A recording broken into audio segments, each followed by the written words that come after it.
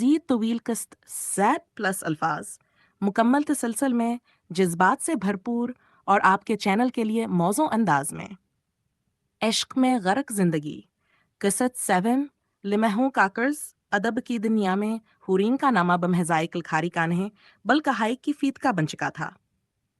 उसके लफ्ज़, उसकी तहरीरें और उसके जुमले सिर्फ अल्फाज नहीं थे, बल्कि किसी के दर्द, किसी की खामोशी और किसी के अधूरे जज्बे का इक्स थे। लेकिन अंजमलों की गहराई सिर्फ वही जानता था, जवान लफ्जों के पीछे छुपे जज्बात से वाकिफ था। जयान माँ की सेहतियाबी ने हुरैन को बज़ाहिर सुकून दिया था, मगर दिल में एक और हलचल बरपा थी। मोहब्बत वागरचे ज़बान मिल चुकी थी, मगर अबामतहाना उसके इजहार का नहीं बल्कि अस्के पायदारी का था। एक दिन सुबह सवेरे हुरैन छत पर खड़ी चाय के सकियां ले रही थी। सर्द हवा उसके बालों से खेल रही थी। हाथ में वही डायरी थी जिसमें जयान के भेजे गए नोटिस तरतीब से रखे थे। हर नोट एक नियाज खम भी था और एक नियामरहम भी। तमाकीली नहीं हो, तुम्हारी खामोशी मेरी दुआ में शामिल है। हर सुबह तुम्हारे लिए उम्मीद का पैगाम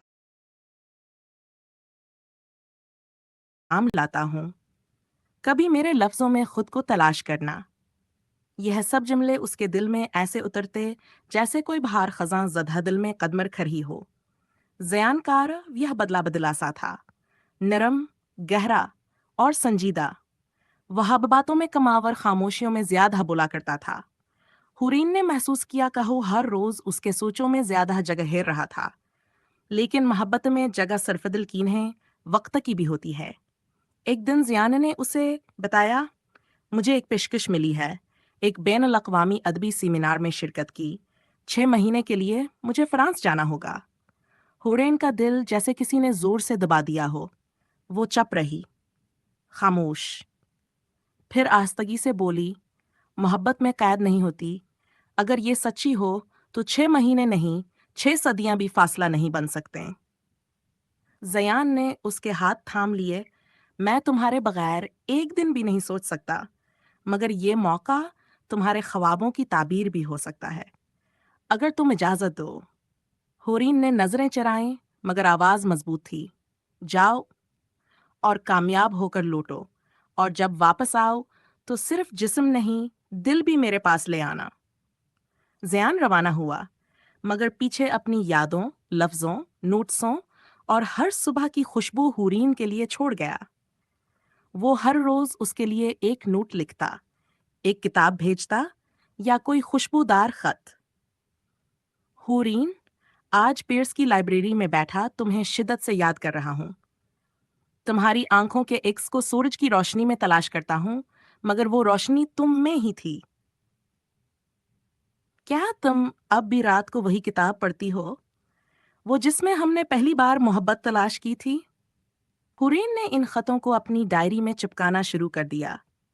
हर सफ़ा मोहब्बत से महकने लगा, मगर कुछ सफ़े आंसुओं से भीगते रहे।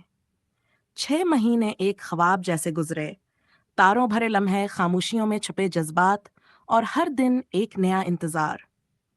इस दौरान हुरैन ने अपने नावल पर काम मुकम्मल कर लिया। नाम रखा, फासिलों का इश्क। ये एक लड़की की कहानी थी जो मोहब्बत को सिर्फ साथ में नहीं, दूरी में भी महसूस करती थी। उसने खुद को उस किरदार में गुम कर दिया। ज़यान हर हफ्ते वो नावल पढ़ता और हर सफ़े पर एक नोट लिखकर वापस भेजता। ये सिर्फ किरदार नहीं, तुम हो। मैं जानता हूँ कि तुम हर सत्र में अपने दिल की धड़कन रखती हो। कभी कभार ज़याना से वीडियो कॉल भी करता, लेकिन उसके चेहरे पर बसा औकात कुछ छिपी हुई या दासी हुरीन को महसूस होती। वह जानती थी कि ज़यान के लिए यह दूरी भय का इम्तिहान है। दोनों ने वक़्त को अपनी मोहब्बत की आजमाइश समझकर गुजारना शुरू किया। फिर एक दिन वो हलमा आया। 6 महीने मुकम्मल हो चुके थे। ज़यान की वापसी के दिनों रेन ने घर में सादगी से कुछ तैयारी की। न कोई फूल, न रोशनी, बसा एक मीज़ पर वही किताब रखी जिसे दोनों ने मिलकर शुरू किया था। हम जो खामोश ना रहे। ज़यान ने जब वापस आकर उसे देखा तो थक गया सा दिखाई देता था, लेकिन उसकी आंखों में सुकून की झलक थी। होरीन, मैं वापस आ गया, तुम्हारे पास, अपने हंसे की रोशनी लेकर। ہورین کی آنکھیں نم ہو گئیں۔ اس نے ایک لمحے کو سوچا، پھر اس کے قریب آئی اور دھیرے سے بولی، اب تم میرے لیے ایک لمحہ نہیں، ایک مکمل وقت ہو۔ وہ دونوں لائبریری میں گئے، اسی پرانی جگہ جہاں پہلی بار ان کے درمیان خاموشی بولی تھی، اور اب محبت نے صدا دی۔ زیان نے ایک باکس کھولا، ایک سادہ سی انگوٹھی۔ ہورین، کیا تم میرے ساتھ زندگی کا وہ باب لکھو گی جس میں کبھی ختم شد نہ لکھا جائے؟ ہورین نے اس کے ہاتھ کو تھاما۔ اگر ہر صفحہ تمہارے ساتھ ہو تو ہر لفظ خوبصورت بن جائے گا۔ پھر وہ ایک ساتھ بیٹھے، ایک نیا ناول شروع کیا۔ پہلا جملہ تھا، جب دل سچے ہوں تو لفظوں کو صرف لکھا نہیں، جیا جاتا ہے۔ قسط زہرا کا الفاظ مکمل۔